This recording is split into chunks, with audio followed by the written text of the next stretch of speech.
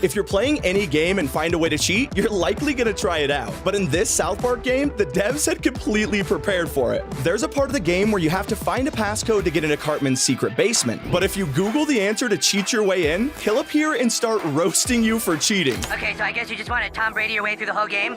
What's the matter, can't do it on your own? In The Legend of Zelda Link's Awakening, you're able to enter shops to purchase items, but you can actually steal them instead. Once you pick up an item, if you head towards the door, you're warned against exiting without paying. But if you decide to leave stealing the item, the game will immediately shame you for it. Not only that, but from then on, your character is completely renamed to Thief, and every single interaction for the rest of the game will make you feel more and more guilty. And it doesn't stop there. After you ignored the first warning, you aren't given a second chance. If you return to the shop to buy something else, the shopkeeper will instead summon a bolt of lightning and straight up kill you. So when Silent Hill 3 came out, players who attempted to use the cheat code would instead be met with a much different result. After entering up, up, down, down, left, right, BA, one of the main characters, Detective Douglas, will suddenly be wearing boxers for the rest of the game. Instead of humiliating you for attempting to cheat, the game creates this embarrassing scene every time you see him. But a mistake you won't be able to revert is cheating in the game Prey. During the treasure hunt side quest, there's a code you need to solve to unlock a special adventurer's toolkit. However, if you're lazy and decide to cheat by looking it up, you get a far worse reward. Arcane made it so that if you skip the puzzle, you'll get the Game Master Eyes instead, which would super debuff all of your items, ruining the rest of your playthrough. And the creators of RuneScape took messing with a cheater even further. If anyone in the game was cheating, instead of banning them on the spot, the devs decided to make an entire event out of it. If the anti-cheat detects a player is hacked 3 times, you'd be sentenced to an island called Botany Bay. A crowd of other players are alerted and can even attend a trial for the cheater, with the bot finder general giving a hilarious speech. They strike me as exactly the kind of person who would use a bot